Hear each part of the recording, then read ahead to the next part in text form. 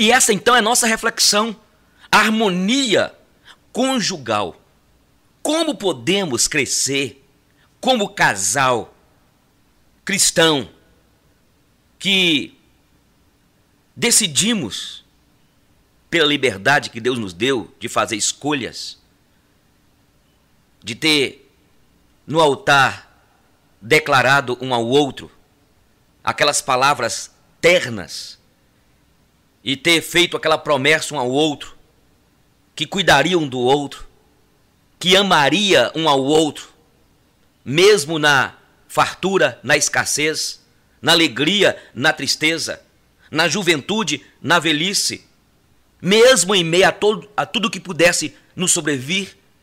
Então, como podemos continuar juntos, crescendo? O casamento e a família, de modo especial, é uma escola, amados e amadas, de amor. Porque a convivência diária obriga a acolher os outros com respeito, com diálogo, compreensão, tolerância, paciência. Este exercício forte de vivência das virtudes faz cada um crescer como pessoa humana. Na família, Deus nos ensina a amar e nos dá a oportunidade de sermos amados.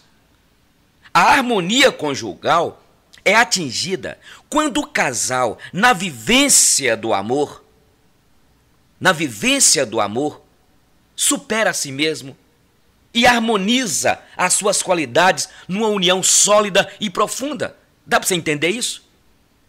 Quando isso acontece, cada cônjuge passa a ser enriquecido pelas qualidades do outro. Olha, existe como se fosse uma transfusão de dons entre ambos.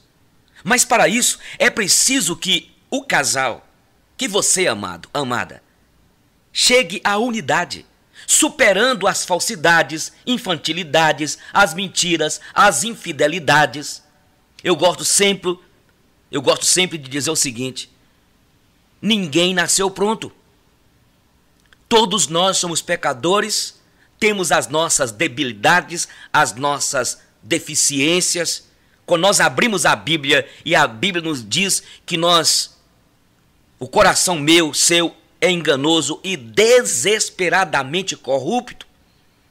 Quando o casal, você que está se preparando para casar, entra na união, entra no casamento entendendo isso, depreendendo que você é falho, que sua esposa é falha, aí tudo muda. E aí, quando você parte para viver a vida a dois, aí um vai ajudar o outro. As deficiências, as debilidades, as infantilidades, as arranhuras que há na alma um do outro, e também as qualidades, as virtudes que ainda há um no outro, apesar de vivermos no mundo em juízo, tudo isso soma. Para chegar a este ponto é necessário olhar para o outro como alguém que Deus colocou para que eu respeite. E é preciso ter muita seriedade, muita atenção. Escute, meu amado, minha amada, escute. Estamos falando hoje sobre harmonia conjugal. Ninguém é obrigado a se casar e a constituir uma família, mas se tomamos esta decisão, então devemos casar para valer, com toda a responsabilidade. Aquela pessoa com quem decidimos casar é a escolhida entre todas as pessoas, todas as mulheres, e você, mulher, todos os homens que você conheceu. E, portanto, deve isso levar em conta. Essa pessoa é especial. Ela é especial na nossa vida. Merecedora, portanto, de toda atenção, de todo respeito. E é lamentável que entre muitos casais, inclusive dentro das nossas igrejas, com o passar do tempo e com a rotina do dia a dia, a atenção um com o outro, e pior ainda, o respeito, vão se acabando. Aí nós temos vendo aí a aspereza, a grosseria do marido com a esposa, a indiferença da esposa com o marido. O casamento, a união conjugal se transformou, sabe? Se transformou a casa no sepulcro, no cemitério. Não há poesia, não há romance. Olha, não tem lógica, por exemplo, que um ofenda o outro com palavras pesadas para provocar, para acabar, levar a pessoa a ter ressentimentos terríveis, que leva a mulher a viver uma vida amargurada, levando à depressão. Não há como o marido que fica falando mal da esposa para os outros, criticando-a para terceiros. E isso é infidelidade. E essa não acontece somente no campo sexual. Então é preciso cuidar para que a atenção, o carinho, um para com o outro, não diminua. É importante manter acesa a chama do desejo de agradar o outro. São nos detalhes que muitas vezes manifesta qual a roupa que ela gosta que eu vista, qual é o corte de cabelo que ele gosta, qual é a moda que ele gosta, qual é a comida que ele gosta, quais são os móveis que ela gosta, qual é o carro que ela prefere, qual é o lazer que ele gosta. Enfim, a preocupação em alegrar o outro, sem cair no exagero, é claro, é o que mantém a comunhão de vidas. Então precisamos, eu compartilhei na última palavra sobre restaurando o romance no casamento, e a união conjugal precisa disso.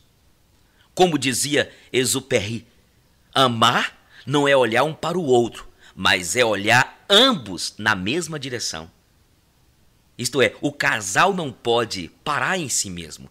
Ele tem grandes tarefas pela frente. Os filhos, a ajuda aos outros, a vida na igreja, os amigos, os parentes, vizinhos, a comunidade que faz parte.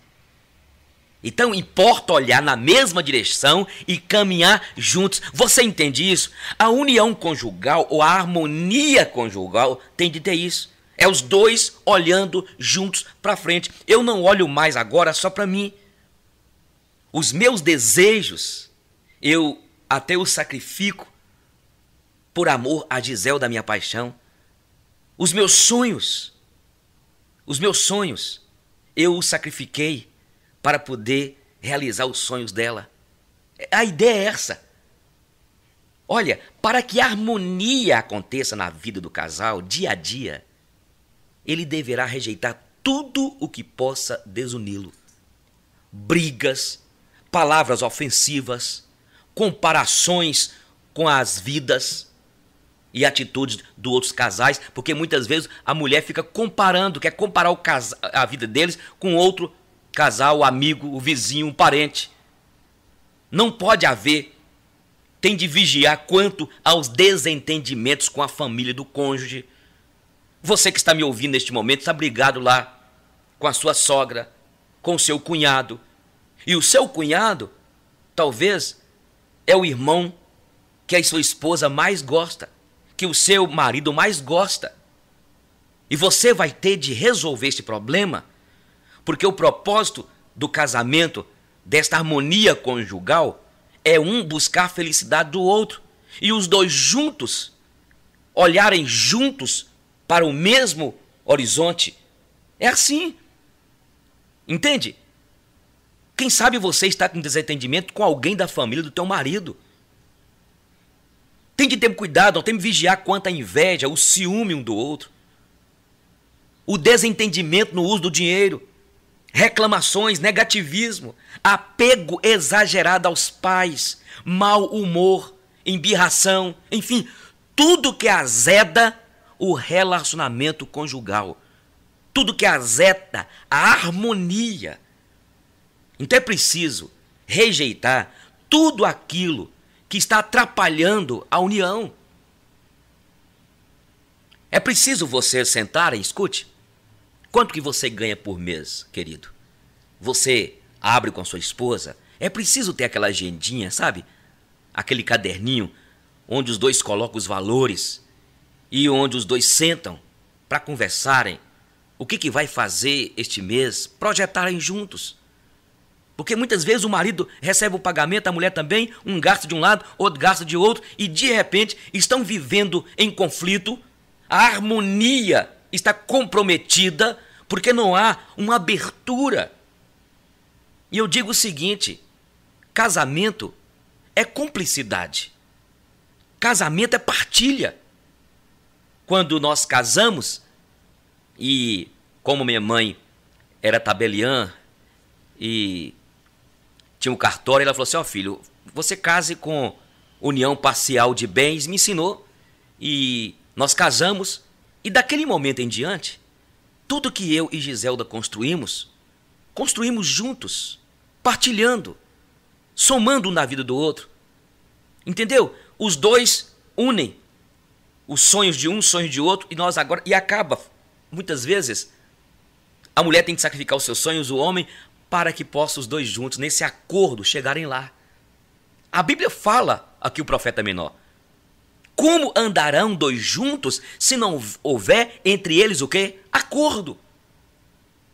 Então, o casamento, a harmonia conjugal, está falando de quê? De partilha, de cumplicidade, sabe? De sacrifício também. Os dois sentarem juntos para construírem juntos. Então, para que a harmonia aconteça, é preciso conhecer o outro. Cada um de nós é um mistério insondável, único e irrepetível. Somos indivíduos.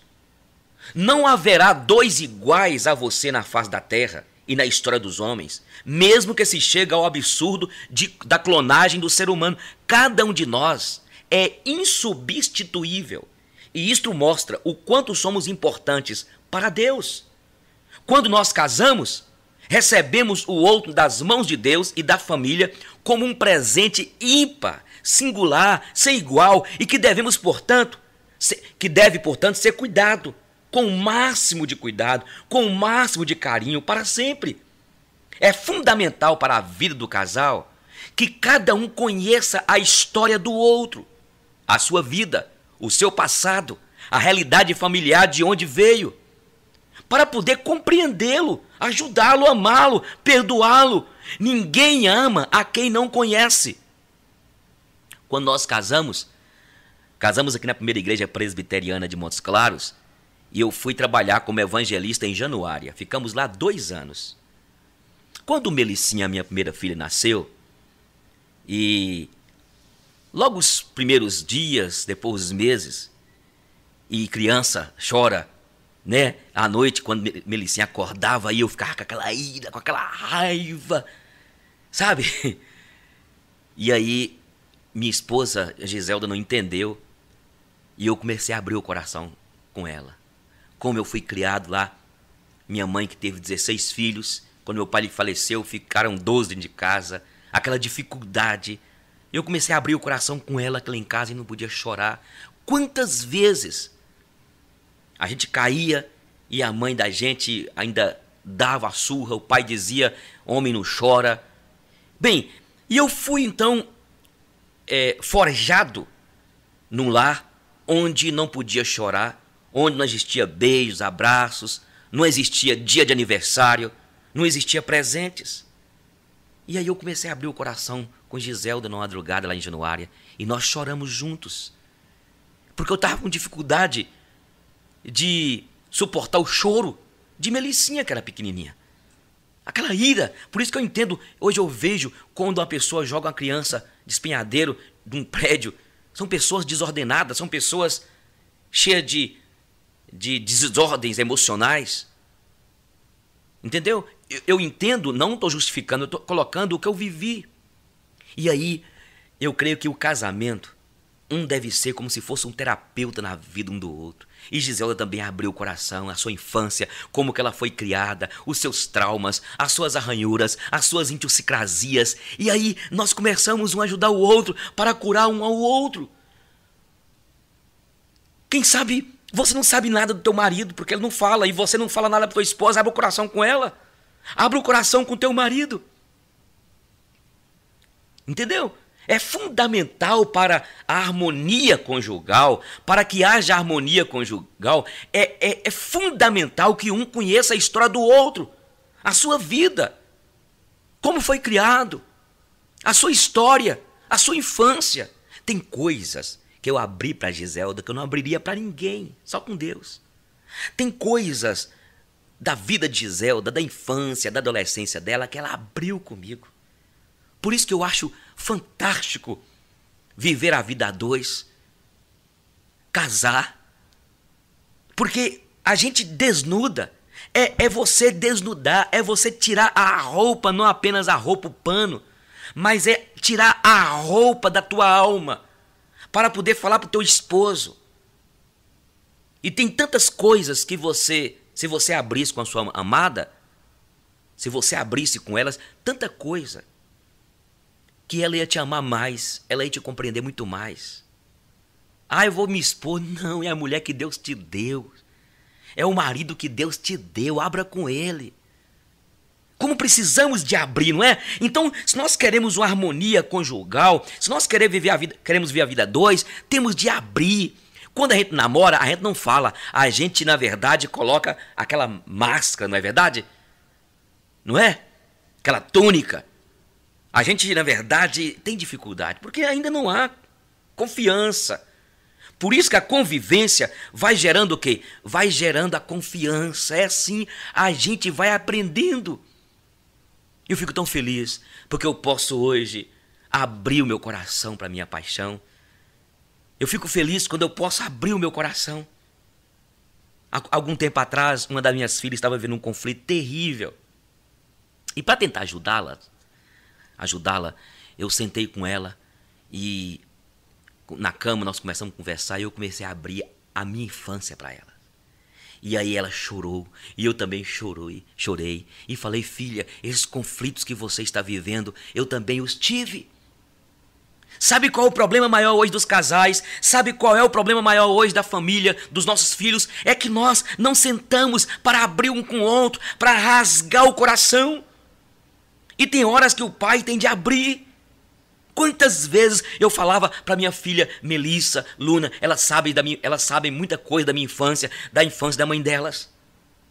Quantas vezes eu tive de falar com Melissinha e com Luna: filha, eu não formei para ser pai. E aí a gente começa a construir um lar, sabe, forte, uma harmonia, um relacionamento forte. Então é preciso importar com a história um do outro, conhecer a história um do outro. Compreenderemos melhor um ao outro. Quando você abre o coração com seus filhos, eles vão compreender mais a história sua. Eles vão compreender mais você que é pai. E aí há perdão. O perdão acontece. Aí há um trabalhar do Espírito Santo de Deus. E aí a gente passa a ter mais paciência um com o outro, não é verdade? Mais paciência um com o outro. Então, da mesma forma, nós precisamos de conhecer a história um do outro, mas a história também dos nossos pais, a história de alguém, do nosso líder, para você compreendê-lo. É preciso aceitar com mais disposição e perdoar esse seu marido com mais amor. Estamos falando hoje de harmonia conjugal. Todo o nosso passado permanece vivo dentro de nós. E o levamos para o casamento. Tem muita coisa que você faz, maridão, que você está transferindo algo da sua infância. Tem muita coisa que você fala com a filha, você na verdade está transferindo as maldições que a sua mãe passou sobre você, filha. E é preciso quebrá-las. De que maneira? Orando? Não. Abrindo um com o outro. E aí, sim, orando, pedindo perdão um ao outro, a Deus. Eu estou dizendo orando não, porque muitas vezes a gente não explica como que é orar. Então tem muita coisa dentro de nós, muita arranhura, muita chaga aí dentro que você trouxe de lá. Todo o nosso passado está vivo dentro de nós. Levamos para o casamento para que o outro me compreenda melhor, para que o teu marido te compreenda, é preciso conhecer o passado dele, ou ele conhecer seu passado, a sua história. E aí está a importância de revelar para o outro este mistério que somos nós, de maneira clara, autêntica, sem fingimentos e mentiras. Então é preciso tirar a roupa. Lembra quando Adão, Eva, pegou aquela folha de figueira e tampou a nudez deles? E não se viu aquela figueira das boas obras, aquela figueira, sabe? Não conseguiu tapar. Deus precisou de colocar uma roupa, uma pele de cordeiro, que alguns entendem que já é uma ilustração do cordeiro que viria. Então escute, é preciso tirar a roupa, abrir a alma um com o outro. Abrir a alma um com o outro. Tirar essa e falar do passado. Falar das fragilidades. Falar das lutas interiores. Olha, quando o casal não se conhece bem, acaba cometendo dois erros. Antes do casamento parece que o outro não tem defeitos. E depois do casamento parece que tem todos. Entendeu? Antes do casamento parece que o outro não tinha defeito, não há defeito. E depois do casamento parece que tem todos os defeitos. Ao conhecermos a profundidade desse mistério, que é o outro, teremos então condições reais de aceitá-lo como ele é. E a partir daí ajudá-lo a superar. Um mistério só pode ser conhecido se for revelado. Portanto, cada um precisa se revelar com toda a sinceridade e autenticidade para que o outro o conheça. Embora essa prática seja iniciada no namoro, contudo, ela não deve cessar na vida do casal. Sempre é tempo de conhecer o outro cada vez mais para descobrir as suas riquezas. E aí eu quero falar, porque aqui agora entra outra coisa que está faltando no casamento, na harmonia conjugal, que é a importância do diálogo na vida do casal. Algumas dificuldades o atrapalham e o casal deve estar atento para isso. Para alguns que é a falta de hábito no diálogo, não estão acostumados a ele. De outro lado, será preciso vencer tanto o mutismo, o não falar, como o falar demais, a ponto de anular o outro. Já viu gente assim? Ah, você fala demais, Aderbal. Mulher fala demais, fala. O homem fica lá caladinho. Eu fui aconselhar, eu fui chamado para conversar com um casal. A mulher falou 1 hora e o cara, não, tudo que ela falou eu concordo com ela. Não, você vai falar, cara. Não poderá haver também o sentimento de superioridade diante do outro. Pelo fato de eu ser mais estudado, seria orgulho bloqueador do diálogo que leva o outro a se fechar. Então, muitas vezes, o homem é estudado, a mulher não estudou tanto, e ele então se sente superior. Talvez a mulher que ganha mais, você ganha mais do que seu marido ganha 2.000, você ganha 6. Aí você se acha superior. E quando nós entendemos dentro da realidade do reino de Deus, ainda que a mulher ganhe mais, existe o padrão colocado na Bíblia. Sabe? E quem te deu a bênção de ter esse trabalho, o seu marido ter o trabalho dele, foi Deus. É uma partilha. No reino de Deus, a Bíblia ensina diferente. É a gente considerar o outro superior a si mesmo. Não é eu vou ser superior. Outro perigo a ser vencido será a simulação, a falta de sinceridade, ou o fingimento diante do outro. Será preciso também vencer o medo de falar o que está no coração. E será preciso também não idolatrar o outro como se ele fosse tudo e eu nada. Já viu o casal assim? A mulher tem medo de falar com ele, até dele pegar e separar, ele até começar a colocar algumas coisas na cabeça. Há ainda outras coisas que dificultam o bom diálogo. A falta de aceitação do outro como ele é. E não como eu gostaria que fosse. Então, muitas vezes, o trabalho em demasia que gera cansaço, impaciência, falta de tempo para uma boa conversa, vida social intensa, trabalho demais, trabalho demais. Muitas vezes a distração, o homem não presta atenção na esposa, não fica ligado. Tem pais que não ficam ligados com os filhos. Então este é um perigo. Estamos falando aqui da harmonia conjugal, harmonia na família, e quero falar depois sobre a harmonia sexual.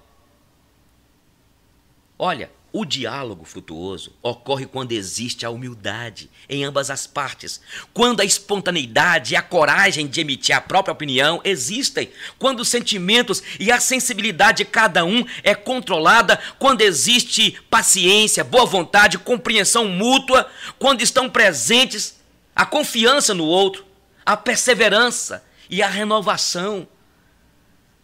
Isso é interessante. É preciso abrir. Tudo é importante no diálogo. O sorriso, o olhar, os gestos, o silêncio oportuno, a correção suave e adequada, o momento certo. É conhecendo-se que o casal cresce, fortalece a sua unidade e o seu amor. Dialogar não quer dizer jogar confete no outro. É também correção mútua e sincera, sem medo de fazer a própria autocrítica diante do que estou ouvindo do outro, e que está me dizendo tudo isso porque me ama e me quer ver crescer. Ninguém pode ajudar tanto a você quanto aquela pessoa que partilha a vida ao seu lado, a tua esposa, o teu marido. Quantas vezes eu já gemi, Giselda falando assim, você é orgulhoso, se você não tiver cuidado, você vai perder aquele amigo seu, se você não tiver cuidado, você vai perder aquela família da igreja, você está errado. Mas é o pastor Eugênio, né? A gente é assim, orgulhoso. E, olha, eu vou dizer para você, eu sempre brinco que Deus me deu uma anja, minha esposa. Não é que ela não tem defeitos, mas a maneira como Deus a usou para me lapidar. Porque o bichinho difícil era eu, o temperamentinho difícil. Sabe? É dar oportunidade também, pai e mãe, para o filho falar, para a filha falar. Esses dias minha filha Luninha, papai, eu discordo do senhor. Eu não concordo não, a gente senta para conversar, o senhor está errado. E eu fiquei assim, aí ela falou comigo assim, não quer ouvir a verdade, sai. Aí eu voltei e falei, não, você está certa, filha. Isso não vai me desmerecer não. Pedir perdão para os filhos, pedir perdão para o cônjuge, não vai nos desmerecer. Tem de ter humildade, o problema é que a gente não quer tirar a roupa, tira a roupa, meu amado. Só quer tirar a roupa na hora íntima. Vai tirar a roupa, não tem nada lá, ó. Não tem nada na hora da intimidade. Tem hora que a mulher faz a coisa lá, sabe? Daqui a pouco não falar sobre isso. A mulher faz a intimidade com você para ficar livre logo de você. Porque é preciso tirar a roupa da alma, das suas deficiências, dos seus traumas, dos seus complexos, desse temperamento desgraçado que você tem, amado. Esse temperamento miserável que você tem. E se você não tiver cuidado, você vai perder de novo esse homem que você agora casou pela segunda, terceira vez. Se você não tiver cuidado, você vai perder de novo essa mulher que você casou por esse temperamento descontrolado, difícil, orgulhoso, ruim que você tem. Aprenda isso, se você que está me ouvindo neste momento, me assistindo, se você quiser casar, aprenda isso. Você vai ter que tirar a roupa, não a roupa para mostrar a sua genitália, as suas partes íntimas, mas é a roupa para mostrar a sua alma, aquilo que está dentro de você aí, que atrapalha você viver, celebrar a vida com intensidade. Esse é o caminho, gente, não tem outro caminho não. Esse é um dos pontos aqui, o caminho que você tem que seguir, é ser humilde, é quebrantar, é reconhecer que você é pecador, miserável, não há nada bom em você. Pare com este orgulho, cara. Peça perdão à sua esposa, peça perdão aos seus filhos, você errou. O povo está aí desesperado, a família está acabando, vai acabar mesmo.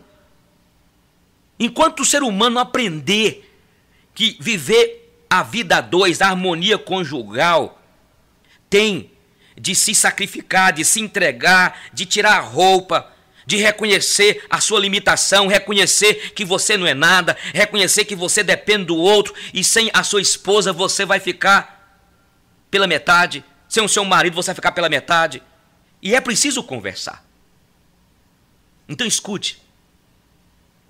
Olha, é preciso que o casal esteja também atento para as diferenças psicológicas próprias da natureza de cada um. Em geral, o homem é mais frio, calculista e mais objetivo do que a mulher.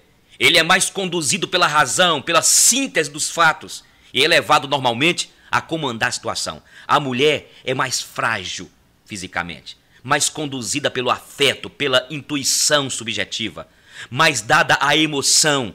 Às vezes, ela deseja como que se adivinhe o que está querendo. É mais preocupada com os detalhes, datas, enfeites. Então escute, o coração do homem é o mundo, enquanto o mundo para a mulher é o coração. Entendeu? O coração do homem é o mundo, enquanto o mundo para a mulher é o coração. Por isso, nós falamos aqui, parece que foi ontem, antes de ontem, sobre restaurando o romance no casamento. Mulher, ela é intuitiva. Ela é conduzida pelo afeto, pela intuição subjetiva, melhor. Ela gosta. Por isso que é importante você ter carinho com sua esposa, ter respeito, entender que ela é sensível. Ok? Aí eu quero falar uma coisa aqui. A intimidade sexual, o homem, ele já vive preparado 24 horas praticamente para fazer o sexo. Mulher não. A mulher, como ela é mais emocional, frágil, conduzida pelo afeto, se você quiser manter relação com a sua esposa, celebrar o sexo, sabe, gozar com a mulher da tua mocidade, como a Bíblia fala, deleitar com ela, então escute, você precisa prepará-la. Se você quer ter uma intimidade com ela domingo, sábado, especial, começa segunda-feira. Vai investindo. Quem sabe até terça-feira já sai o negócio. Quem sabe quarta-feira. Entendeu? Então, elogiando, tratando-a com carinho, com respeito. Tem homens aí que o bicho são brutos demais. Vai falando palavras descaracterizando a mulher. Vai apelidando, vai xingando, vai enchendo. Aí a mulher, e tem algumas mulheres, tem mulheres que falam o seguinte: olha, pastor, sabe uma coisa? Eu, na verdade, fiz igual aquela ideia lá. Sabe? Relaxei, deixei acontecer, não senti nada. É assim. E tem tanta mulher, viu? Tem tanta mulher aí que já até, inclusive já tem até, eu quero falar com vocês aqui, já tem até aí vídeos de instrução para a mulher simular o orgasmo. O que as prostitutas fazem, o que as mulheres de programa fazem. E pasmem, já tem mulher cristã aprendendo isso, porque não suporta mais o marido, não quer separar, e aí tem até alguns pastores que falam que tem de fazer o sexo de qualquer jeito. Vamos simular então. Simular. Eu vou dar uma de atriz na cama. Bênção. Então não deixa a mulher dar um de atriz, não. Manda ela ser ela. Mas sabe como? Investindo nela, cuidando dela, valorizando ela. E tomara que a sua esposa não ouça essa mensagem. Porque tem sites aí, viu? Tem até livros já, mulheres que falam como a mulher pode simular um orgasmo na cama, explodindo apenas como se fosse uma gravação para um vídeo. Fica aí, seu besta. Fica aí. O homem de verdade que ama, ele primeiramente, antes de satisfazer sexualmente, ele quer satisfazer a mulher. Você sentiu, amor? Foi bom para você? Não consegui não, então vamos lá. Mas tem de ser o quê? Você tem de investir, sabe, na sua esposa. Ela gosta de detalhes, enfeites. Ela precisa ser tratada com carinho, com respeito. A parte... Você precisa de conhecer, você não conhece. Aprenda isso, meu irmão. Aprenda isso. O homem quer que no momento do sexo lá, exploda o quarto. Quando vai lá, não dá nem um instala-salão. Sabe por quê? Porque não considera a mulher, não respeita a mulher, não investe na mulher, não resgata a mulher. E aí fica aí. Estamos falando da harmonia agora na área sexual, mas eu quero apenas falar uns detalhes aqui antes que eu esqueci. Mas escute, se você quiser ter uma harmonia na intimidade sexual, comece entendendo isso. A mulher é preparada com palavras, com elogios, com presentes, com respeito, com consideração, com agradecimento. Tem quanto tempo que você não diz para sua esposa que você a ama, que ela é importante para você? Tem uma palavrinha linda que as mulheres gostam, fofa. Fofa. Linda. Você conhece essas palavras? Olha no dicionário lá, pesquisa no Google o que é fofa. Hein? Mas você é tão orgulhoso, sabe? Tão grosseiro, tão orgulhoso, que você não quer aprender. Não quer aprender a usar essas palavras ternas. Essa mulher que está ao teu lado espera de você, sabe o quê? Compreensão, segurança. Ela quer atenção. Atenção às suas qualidades, afeição, romance. Ela quer elogio, ela quer carinho e também estímulo para as suas realizações. É preciso que o casal, que o cônjuge, esteja atento às diferenças psicológicas próprias da natureza de cada um. A mulher, eu quero repetir aqui, é mais frágil fisicamente, mais conduzida pelo afeto, pela intuição subjetiva. Entende? O coração do homem é o mundo, enquanto o mundo para a mulher é o quê? O coração. Normalmente o homem espera. Muitas vezes o homem quer que a mulher e espera que a mulher, sua esposa, seja caprichosa. Caprichosa com a casa, caprichosa com a aparência dela, com ela, que cuide bem da aparência. O homem quer isso, mas ele não dá dinheiro para ela, não a ajuda, não melhora a casa. Então, você precisa de estimulá-la. Resgate a sua esposa para ela, valorize-a. Muitas vezes a mulher, você é amada, espera compreensão, segurança, atenção às suas qualidades, afeição, romance, elogio, carinho e também estímulo para as suas realizações. Mas você também não abre com seu marido. Não deixa ele ser o homem, o cabeça da casa. Entende? As diferenças pessoais não são obstáculos à harmonia conjugal. Ao contrário, a comunhão do casal enraiza-se na complementaridade natural que existe entre o homem e a mulher e cresce na partilha das riquezas de cada um. Um bom segredo para ser feliz no casamento é aquele dado aos maridos por um conferencista que diz o seguinte: se você quer ser tratado como rei, então trate a sua esposa como uma rainha. Muitos querem ser tratados como reis ou rainhas, mas tratam um ao outro como servo, como escravo, com estupidez, com grosseria. A Bíblia diz que é dando que se recebe. É amando, gente, que você é amado. É servindo que você é servido. A alameda do amor tem mão dupla. Planta amor e colherás amor. Entendeu? Podemos dizer que um casal harmonioso é um casal maduro. O que é ser maduro? É ser plenamente homem ou mulher. Maturidade afetiva consiste no domínio da emotividade e dos sentimentos, especialmente nos momentos difíceis da vida. Viver pelas próprias convicções e não pelos impulsos de cada momento. Maturidade social, queridos, significa ter um relacionamento normal com as pessoas e grupos, abertura ao diálogo, relacionamento respeitoso, mas independentemente. Estamos falando hoje sobre harmonia conjugal.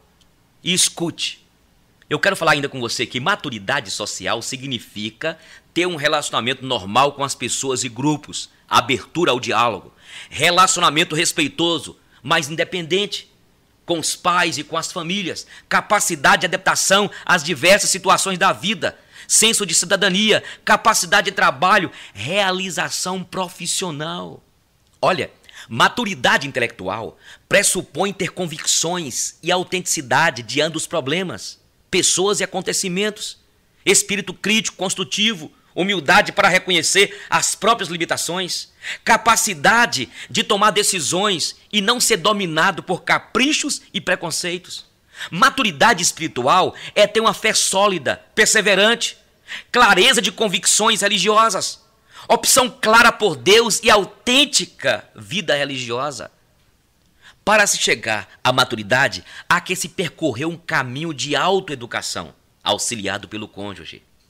Então, é preciso conquistar a lucidez de saber ver, prever, refletir, aconselhar-se, rever a própria vida, saber ouvir, saber dialogar.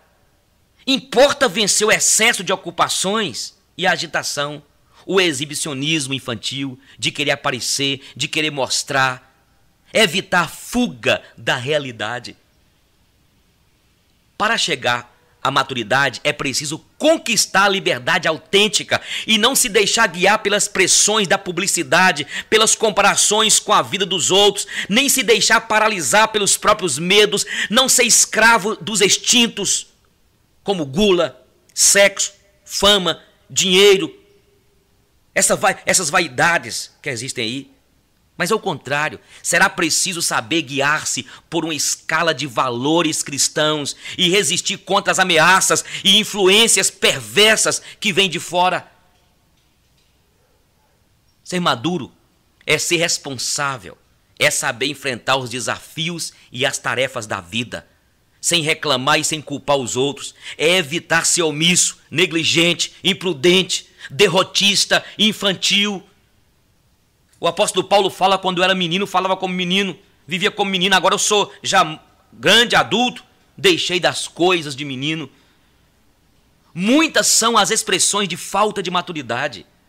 O casal é chamado a crescer através da fidelidade diária à promessa feita no altar. Entende? Cada um veio de uma família diferente, com costumes diversos, educação própria, marcas hereditárias, temperamentos diferentes. Tudo isso será vencido com paciência, humildade, bondade um para com o outro, respeito pela sua personalidade, revisão dos próprios valores e abandono daqueles que são inadequados à nossa vida conjugal. Eu quero dizer uma coisa aqui. Você tem de cortar algumas amizades. A Bíblia fala que as más companhias corrompem os bons costumes. Escute, faça amizade com pessoas, com casais, que vão somar, que vão elevar vocês. Faça amizade com casais que viveram dificuldades no passado, mas hoje estão vivendo um momento de bonança, estão dando certo. Afaste daquelas pessoas que são inadequadas a nova vida conjugal. Viva um para o outro, viva com o propósito de honrar e glorificar a Deus. Viva para a sua família, meu amado. A adaptação sexual exigirá compreensão e carinho, especialmente, eu volto a dizer, por parte do homem. Entendeu? Porque para o homem é mais fácil para adaptar. As relações com os pais e com a família de cada um exigem independência e deve-se evitar o excesso de visita aos pais e parentes a fim de adaptar-se à nova realidade. Olha, quem sabe você mora na casa com os seus sogros, com os seus pais. Faça de tudo para saírem. Tem de evitar alguns problemas que vocês estão enfrentando por causa disso. Então é essencial você que está querendo casar, sabe, o novo casal tenha a sua casa, a sua vida, o seu cantinho. É claro que a experiência, a boa ajuda dos pais, dos mais velhos, será útil ao novo casal, vocês casaram agora. Mas não deve haver soluções impostas ao casal, não deve haver interferências, principalmente das pessoas da família.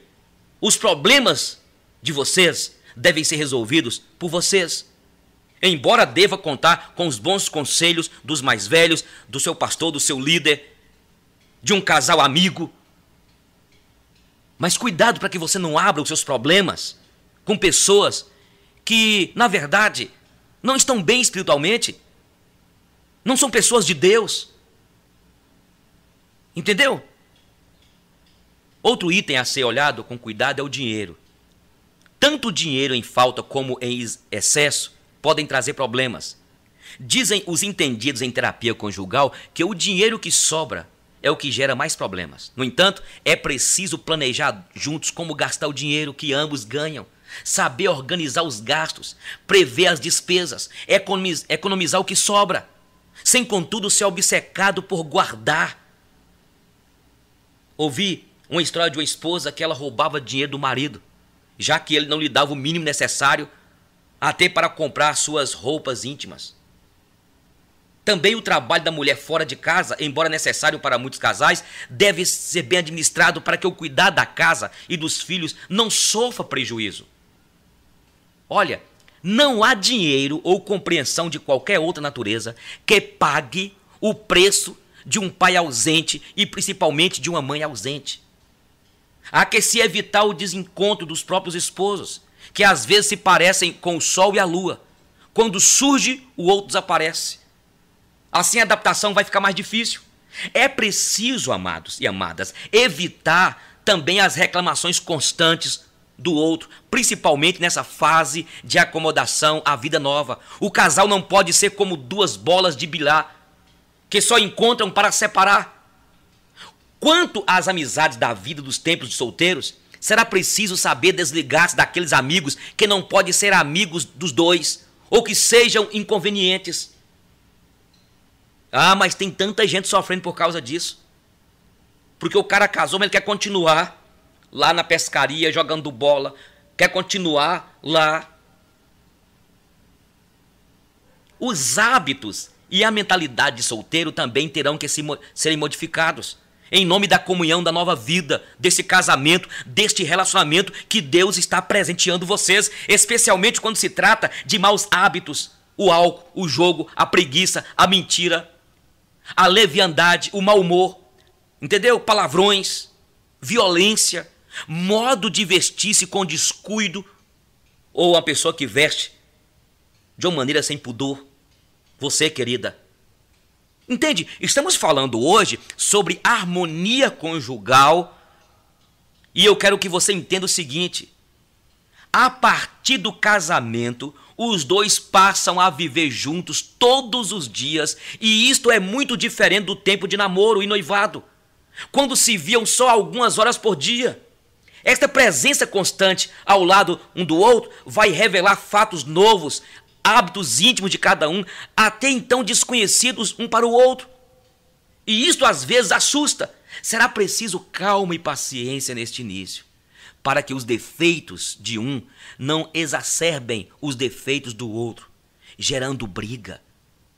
Olha, os dados mostram que cerca de 30% dos casais se separam antes de completar um ano de casados. Quando se vive junto o tempo todo, então não é mais possível usar máscaras diante do outro. A dissimulação cai por terra, começa a realidade. No entanto, quando existe o amor, isto é bom, pois o casal terá, então, a grande oportunidade de provar o seu amor para o outro. E assim poderão se enriquecer mutuamente com as suas diferenças. O amor exige que eu despose o outro. Entendeu? O amor exige que eu despose o outro conscientemente com todos os seus defeitos e qualidades. Algumas vezes, ele se queixa que ela mudou, mas será que quem mudou não foi ele mesmo? Quem sabe você fala assim, olha,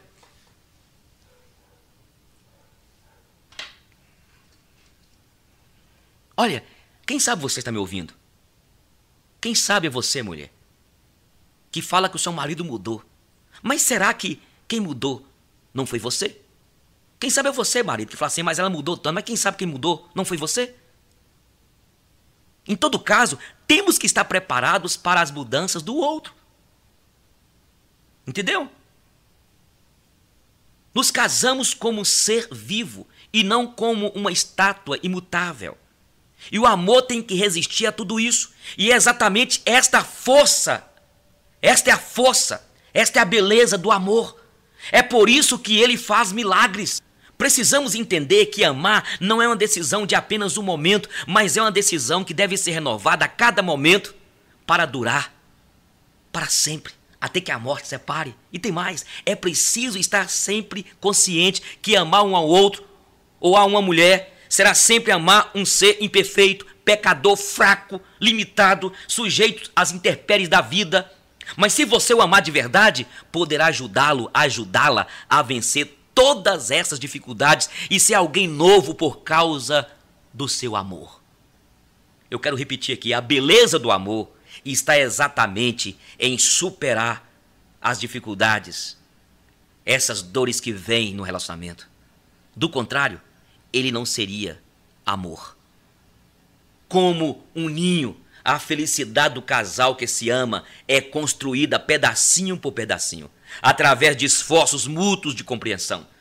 Em muitos casos, a experiência tem mostrado: amar é sofrer. Eu tenho ouvido a história de homens e mulheres, mas essas que carregam a cruz de um casamento mal sucedido pela vida toda.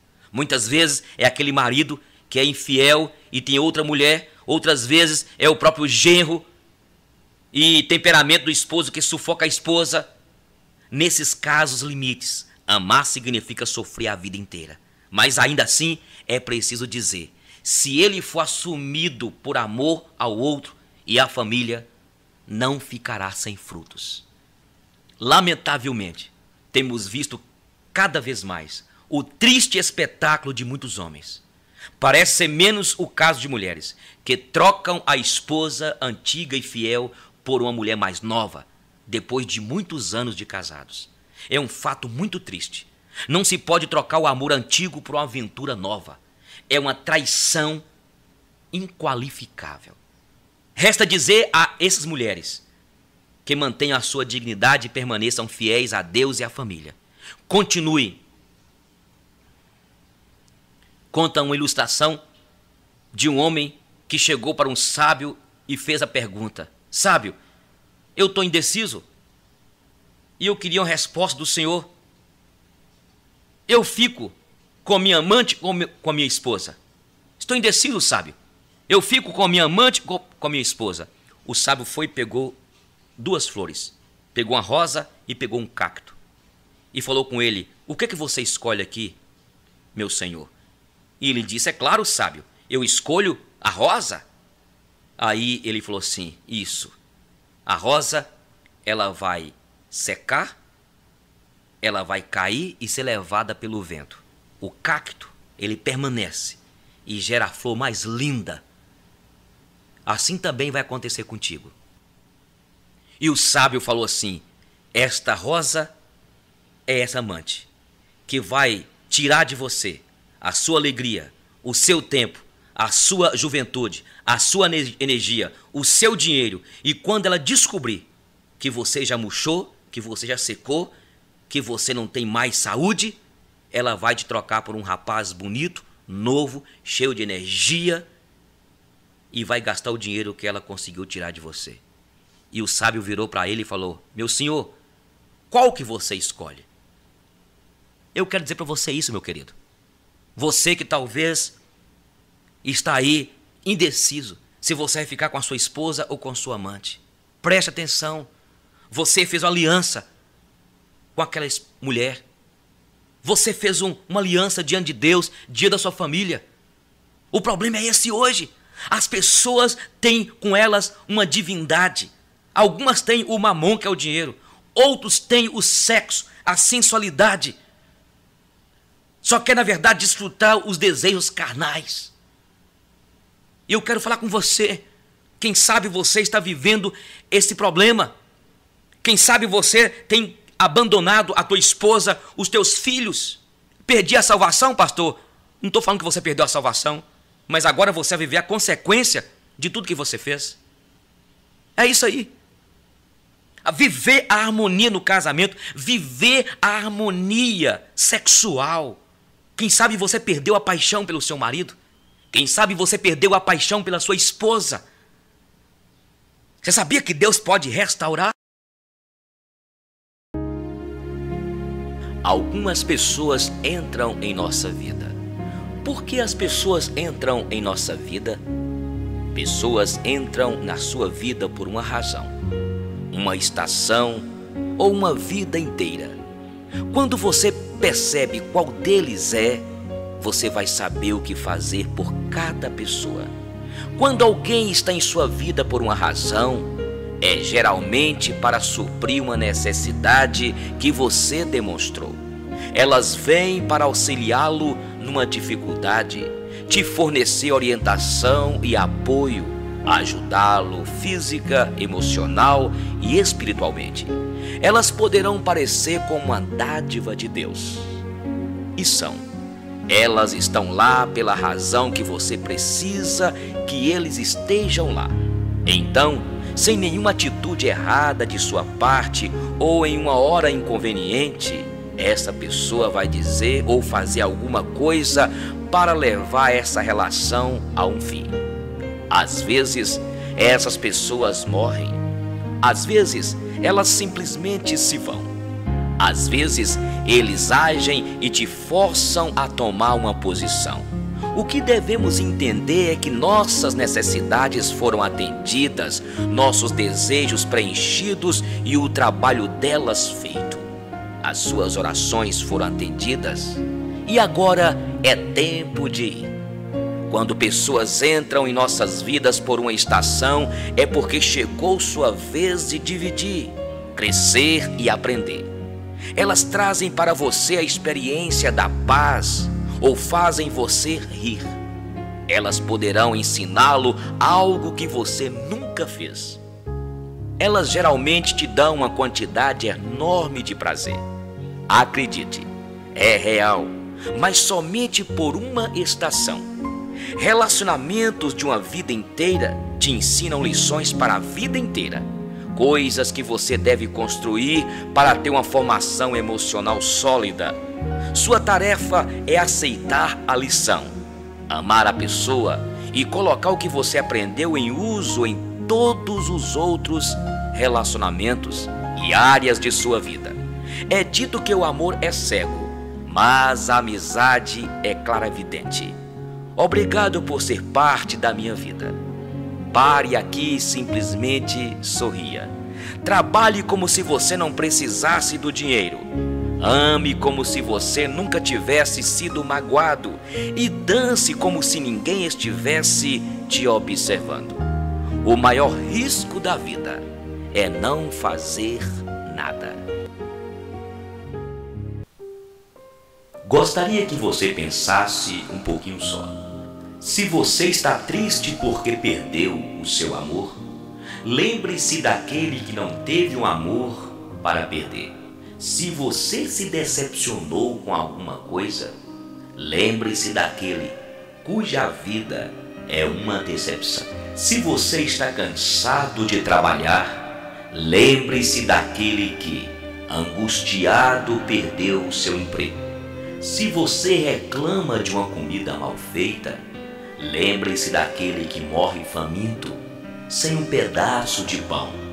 Se um sonho seu foi desfeito, lembre-se daquele que vive num pesadelo constante. Se você anda aborrecido com algo, lembre-se daquele que espera um sorriso seu. Se você teve um amor para perder, um trabalho para cansar, um sonho desfeito, uma tristeza para sentir, uma comida para reclamar, lembre-se de agradecer a Deus, porque existem muitos que dariam tudo para estar em teu lugar. Pense nisso.